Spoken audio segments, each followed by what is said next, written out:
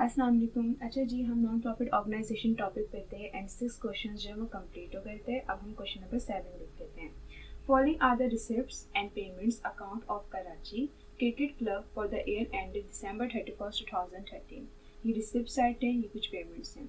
Non profit organisation के जो question होते हैं वो ज़्यादा सेम मतलब एक जैसे ही होते हैं। इनमें जो है ना वो कोई मतलब अलग से कोई क्वेश्चन नहीं आता कि क्वेश्चन को देख के कंफ्यूज हो जाए। इसी तरीके से क्वेश्चन आते हैं, रिसिप्ट साइट होती है, पेमेंट साइट होती है एंड कुछ एडजस्टमेंट होती है जिसे एडिशनल इन्फॉर्मेशन कहा जाता है। Additional information on December 31st, 2013 prepaid salary से 20,000 की, अक्रूड यूटिलिटीज से 5,000 की, depreciation on equipment 10%, accrued membership fee 10,000। Accrued expense के सेंस में भी आ सकता है एंड इनकम के सेंस में भी आ सकता है। अगर एक्सपेंस के साथ होता है तो वो पेबल कहलाता है एंड अगर इनकम के साथ है तो वो रिसीवेबल कहलाता है। अर्न रेंट भी है 12,000। Required prepaid income and expenditure account for the year ended December 31st, 2013। सबसे पहले इनकम एंड एक्सपेंडिचर की हेडिंग डालेंगे, उसके लिए कॉलम्स वगैरह ड्रॉ करेंगे। ये एक्सपेंडिचर साइड होती है एंड इनकम साइड होती है। मैं हर क्वेश्चंस में जो है ना हर वीडियो में आप लोग को बताती हूँ कि जब भी आप इनकम एंड एक्सपेंडिचर के लिए डेटा मतलब वो कॉलम प्रिपेयर करेंगे तो हमेशा एक्सपेंडिचर साइड को लेफ्ट साइड पे ही रखिएगा एंड इनकम को राइट साइड पे रखिएगा। सबसे पहले हम इनकम देख लेते हैं। इनकम में यहाँ पे जो थी वो मेंबरशिप फी थी 9,000 की, लेकिन यहाँ पे अक्रूड भी कहा गया था। अक्रूड का मतलब ये है कि इस साल ना रिसीव नहीं हुई लेकिन हमने काम इस साल ही कर दिया था, ठीक है। मतलब इनकम के लिए जो काम किया जाता है वो हमने इस साल ही कर दिया था, लेकिन अक्रूड है इस साल नहीं मिली तो वो अगले साल मिलेगी, लेकिन ये ऐड की जाती है, रिसीवेबल जो है वो ऐड किया जाता है। सो 90,000 में 10,000 प्लस कर देंगे हम। मेंबरशिप फी रखेंगे इनकम साइड पे 9,000 में 10,000 हमने प्लस कर दी कि 9,000 जो थे वो रिसिप्ट साइड पे मतलब रिसीव थे, ठीक है। रिसिप्ट साइड पे और पेमेंट साइड पे जो चीज़ें दी हुई हैं, रिसिप्ट साइड पे दी हुई है ये रिसीव है, पेमेंट साइड पे दी हुई इन सब की पेमेंट्स हो चुकी है। एडिशनल इन्फॉर्मेशन ये होता है कि कुछ चीज़ें हैं जो हम ऐड करना भूल गए और कुछ चीज़ें जो है वो हम लेस करना भूल गए। सो यहाँ पे हमने 9,000 जो है वो ये वाली अमाउंट रखी। अक्रूड मेंबरशिप 10,000 की हमने ऐड करी। मेंबरशिप फीस जो टोटल हो गई है वो हो गई है 1 लाख की।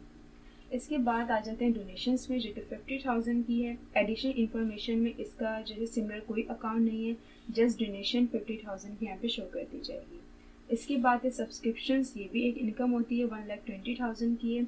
यहाँ पे देखेंगे सब्सक्रिप्शन का कोई अकाउंट तो नहीं है, यहाँ पे सब्सक्रिप्शन का कोई अकाउंट नहीं है, इसलिए सब्सक्रिप्शन 1,20,000 से यहाँ पे लिख दी जाएगी।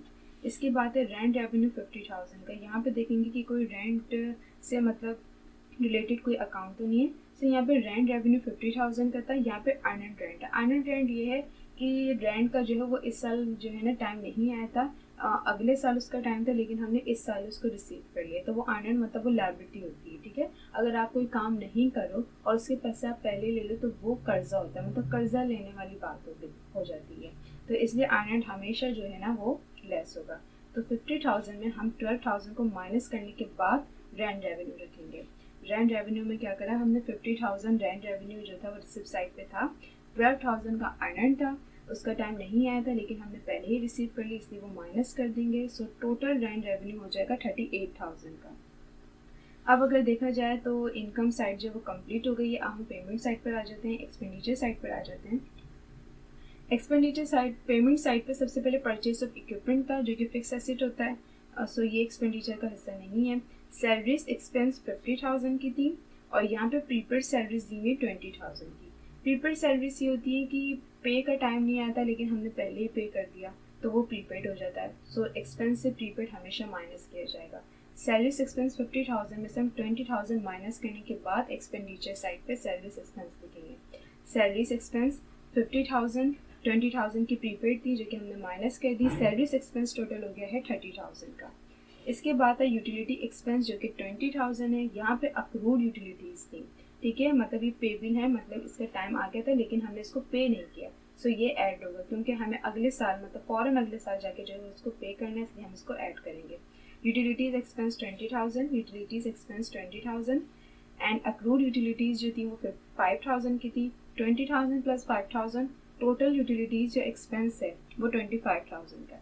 इसके बाद है purchase of sports goods. Sport goods जो हैं वो भी जो है ना वो फिक्स एसेट है, क्योंकि देखें अगर उन चीज़ों को हम खरीद रहे हैं जिनको आगे चल के हमें बेचना है, ठीक है, आगे चल के हमें सेल आउट करना है या आगे चल के चैरिटी के लिए देना है, तो वो फिर हमारा फिक्स एसेट नहीं होता, वो हम एक्सपेंडिचर में रिकॉर्ड करेंगे। लेकिन purchase of equipment, purchase of sports goods, देखें स्पोर्ट्स गुड्स को परचेज किया है तो इनका जो मतलब जो भी इनका जो इदारा है वो क्रिकेट क्लब है, तो यहाँ पे तो स्पोर्ट्स गुड्स की जो है वो नीड है, तो इन्होंने अपने क्लब के लिए जो है ना इन चीज़ों को ख़रीदा है। इक्विपमेंट भी इन्हीं के क्लब की कोई ज़रूरियात की मतलब कोई चीज़ होगी इसलिए उन्होंने ख़रीदा है, तो ये एसेट कहलाते हैं, ठीक है, जिनसे जो है वो इदारा काम ले, या अगर किसी कंपनी के लिए कोई चीज़ें खरीदी जा रही है तो कंपनी उससे काम ले, ठीक है। अगर वो चीज़ें जो आगे चल के हमें सेल आउट करनी होती है वो फिर हमारा एसेट नहीं होता, वो हमारा फिर खर्चा और उसको हम एक्सपेंडिचर साइड पर रखेंगे, ठीक है। सो परचेज ऑफ स्पोर्ट्स गुड्स भी हमारा जो है वो एक एसेट है और उसको हम एक्सपेंडिचर साइड पे नहीं रिकॉर्ड करेंगे। अदर एक्सपेंसेस में हमारे पास 1 लाख है, सो 1 लाख हम यहाँ पे रिकॉर्ड कर देंगे। इसके बाद यहाँ पे तो देखा जाए तो एक्सपेंसेस हमारे जो है वो कंप्लीट हो गए हैं। अब एडिशनल इन्फॉर्मेशन में देखते हैं कोई एक्सपेंसेस तो नहीं है। प्रीपेड सर्विस थी जो कि हमने माइनस कर दी, सर्विस एक्सपेंस है। अक्रूड यूटिलिटीज थी, ऐड कर दी। अब आया डेप्रिसिएशन ऑन इक्विपमेंट 10%, ठीक है। डेप्रिसिएशन इक्विपमेंट पर जो है वो 10% का है जो कि 80,000 है। हम यहाँ पे डेप्रिसिएशन एक्सपेंस लिखेंगे, इक्विपमेंट पे डेप्रिसिएशन है उसका नाम भी आएगा। 80,000 का 10% ले लेंगे, ये 8,000 हमारा डेप्रिसिएशन एक्सपेंस आ गया। इसके बाद यहाँ पे अक्रूड मेंबरशिप फीस थी 10,000 की जो कि हमने यहाँ पे प्लस कर दी थी। अर्नड रेंट था जो कि हमने यहाँ पे माइनस कर लिया था। तो इस डेटा से एंड एडिशनल इन्फॉर्मेशन से जितनी भी इनकम एंड एक्सपेंडिचर्स थे वो सब हमने रिकॉर्ड कर लिए हैं। अब हम टोटल करते हैं, टोटल करके देखते हैं कि कौन सी साइड जो है वो ज़्यादा है। सबसे पहले इनकम साइड को टोटल करेंगे तो मेंबरशिप फीस जो थी वो 1 लाख की थी, एंड डोनेशन जो थी वो 50,000 की थी, and subscription 1,20,000, and rent revenue 38,000। So total हो रहा है ये 3,08,000। अब हम देखते हैं कि एक्सपेंडिचर साइड इससे ज़्यादा है या कम है। 30,000 का हमारा सर्विस एक्सपेंस था, यूटिलिटी एक्सपेंस 25,000 का था, and other expenses 1 lakh, and depreciation जो था वो 8,000 है। सो टोटल हो रहा है 1,63,000। 1,63,000 का जो है वो 1,63,000 का एक्सपेंडिचर साइड है। तो इनकम साइड जो थी वो 3,08,000 थी। इसका मतलब क्या हुआ कि इनकम साइड का जो टोटल है वो ज़्यादा है, इसलिए इनकम साइड के टोटल को दोनों जगह रिकॉर्ड करेंगे। 3,08,000 को हमने यहाँ पे भी रिकॉर्ड करना है, 3,08,000 को हमने यहाँ पे भी रिकॉर्ड करना है। अब इनकम के टोटल को हमने एक्सपेंडिचर के टोटल से माइनस करना है। सो एक्सपेंडिचर का जो टोटल था 1,63,000 था, इनकम का टोटल था 3,08,000 जो कि हम माइनस कर देंगे, तो डिफरेंस आ रहा है 1,45,000 का। अब 1,45,000 की जो नीड है, इसकी जो कमी है वो कहाँ पड़ रही है, एक्सपेंडिचर साइड पे पड़ रही है।